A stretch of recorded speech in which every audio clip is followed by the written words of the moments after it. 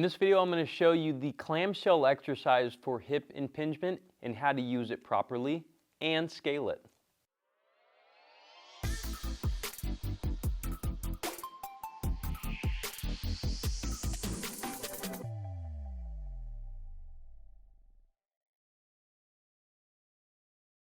Hey everyone, I'm Sebastian at Performance Play Sports Care, part of the locally world famous chiropractors in Costa Mesa, California. Now all you're going to need if you really want to scale this one is going to be a band. Typically if you have a band of darker color like blue or black, it's going to be harder. If you have something a little bit light and funner like yellow and red, it's going to be a little bit easier. Bear in mind that the more narrow the band, the more it may cut into your skin and create a little bit of irritation. If you guys like this channel, please thumbs up the video and subscribe. We have more videos like this on hip impingement coming. We also have a webinar in the corner which covers different types of hip diagnostic categories, which I guarantee has more information than you ever found anywhere on the internet on the topic. Please take advantage. Now let's get into the three versions of the clamshell. The first to know is the clamshell generally should feel hard, okay? Everybody has different types of hip impingement, different strengths, different come-froms. They have different experience with their physical therapy exercises. Some of you may have done some, maybe some of you haven't. Some of you may be 70, some of you may be 15. And so with that being said, you have to make sure that you pick the one that's the hardest thing that you can do well. If you pick one that's too easy, it's not going to get you anywhere. Mainly because you need to create a stimulus for change. You need to make sure your body is under a little bit of pressure, a little bit of challenge to create the change that you want. And usually this exercise is picked because people think that the glute muscles need help, specifically the glute medius. And that's not incorrect. I would agree with that. However, how people use this exercise with dosage being too light and the intensity being too light, I think is unfortunately very common. And so I'll show you the clamshell here, how most people do it. Is they just go up like so, okay? You know, they're checking out their phone and like watching TV and having a conversation. And I'm sure you guys probably tell at this point, I'm talking calmly. This is not hard for me, all right? And I'm not saying that to boast or anything. I'm saying that this is not the right pick for me. I need to make it a little bit harder, okay? One way, the first way we can make things harder is we can decrease the amount of speed and decrease the amount of break. Many of you have been told to do 3 reps of 10. But if you scale that and change the time under tension, it also changes the intensity. So the first thing we're going to do is make sure our position is right. We're going to grab our hand just on the rib cage here and we're going to pull up. In this case, now imagine someone built a little campfire right here. You shouldn't get any closer than you are right now. This is the position this area of your body is in the entire time you're doing the exercise, even on the break, okay? The break is not a break. The break is taking a break from the movement, not the position. So what we're going to do is hand on hip here, create a little pressure into your fingers with your guts, and then you're going to push your knee up and down first, okay? Now, something else we can do is create a little bit of tension. Creating tension, you're going to create distance, almost like you're trying to make a little arc here, like you got a small arc going up. I want you to create a bigger arc. Okay, pushing out, create a little arc, or bigger than the arc that you did. You're going to notice by creating this bigger arc, if I spin a little bit here, you'll notice that my knees are no longer stacked. I'm a little bit over it there. And when I return it, it's still in that position. I'm really not taking a break from that. Just simply doing this, some of you will feel a dramatic increase in effort. Funny though, you won't feel it on the top as much as you'll feel it on the bottom hip, which is perfect because we're going to do this on both sides anyways, okay? So this is step 1, is changing the range a little bit, slowing the pace down, and going to the amount of reps that you can do without feeling like you're falling apart. I'm actually kind of tired right now, mainly because of my left butt cheek, so I'm going to take a little bit of a break, not changing the position here,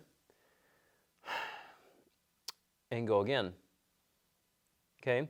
What you're going to notice if you do it in this manner is with less of a break, slower movement, you're going to find out that, dang, these things catch up to you quick. This is not your grandmother's clamshell. This is all of a sudden very hard, right? And by the way, if you are a grandmother doing this, there's no shame in the game. Do the hardest thing you can do well, all right? Advised by anybody who's done any hip repair, total hip replacement. Make sure you do talk to someone first and see if this one's even right for you, okay? So that's the first thing, is you change the range, change the tension, change the speed, okay? Change the break, mentioned. All right, that's option 1. Option 2 is with the little band. Now the band is going to make it dramatically harder. I prefer everyone just start with probably, probably not a yellow band, more like probably a red or blue, something like so. The position doesn't change, still here. In this case, you're just spreading the band. Okay. Some of you may have questions of like, where should my feet be? Should I do this one and then that one and then this one and then this one? Personally, I don't think so. I think you just scale the exercise to the hardest one you can do well. My left butt cheek is on fire right now, and my right one's catching up to it right now too. Okay, so I'm going to take a little bit of a break here, not lose position. And let's go again. Spread the band.